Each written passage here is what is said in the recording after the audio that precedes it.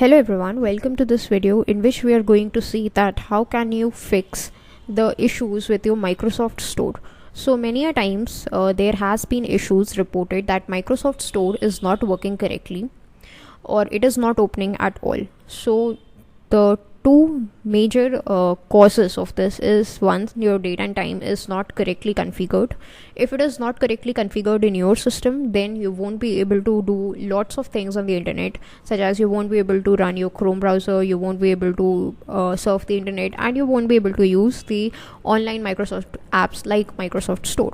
So the first step that you need to do to solve this issue is make sure your date and time is correct. Ensure that your date and time is correct. If it is not, just click on the date and time icon and go to date and time settings. From here you can just make sure that set time automatically is toggled to on, so that every time there is an issue, you make some changes to your date and time is automatically set. You don't have to manually select the date and time, and this reduces the chances of errors by a lot. The second thing you need to do is just press Windows I from your keyboard. That would bring up the settings menu. Go to update and security.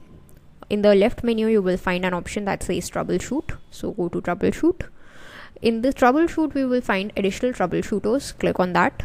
So in the additional troubleshooters we have one that says get up and running, so this we won't explore. We want this find and fix other problems. So in the other problems, if you scroll to the very down, you will see Windows Store apps. So just click on that and click on run the troubleshooter. Now any of the issues with the Windows Store apps like Microsoft Store, they would be detected by this troubleshooters, and those issues would be listed for you. So let's just wait for a few minutes till this troubleshooter is running.